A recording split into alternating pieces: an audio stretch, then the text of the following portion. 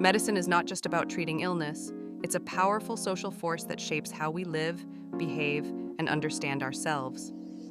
This process is called medicalisation, when ordinary life events or behaviours are redefined as medical conditions needing treatment.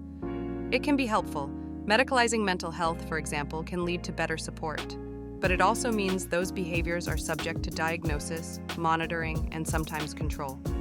Sociologist Irving Zola highlighted this in the 1970s, noting how more areas of life, like childbirth, menopause, or even grief, were becoming part of the medical domain.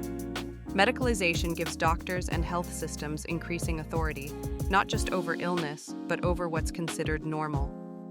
And with this comes influence over how people act, think, and are treated by others. Michel Foucault, a key thinker in this field, argued that modern medicine uses surveillance, what he called the clinical gaze, to watch, categorize, and regulate bodies. He introduced the concept of biopower, where health is used as a tool to manage populations. From weight trackers to mental health labels, we're constantly observed and compared against medical norms.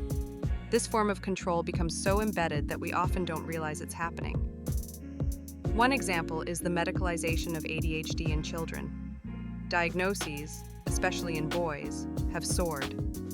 While this can provide structure and support, some argue it reflects rigid schooling systems and shifting expectations of behavior rather than true disorder. But just as some things become medicalized, others are demedicalized. For instance, homosexuality was once considered a mental illness, but was removed from the medical classification in 1973. This change didn't come from science alone. It was driven by activism, politics, and changing social values. Talcott Parsons, another sociologist, described the sick role, a socially acceptable way of being deviant. A sick person is allowed to withdraw from normal duties, but only if they seek help and want to recover.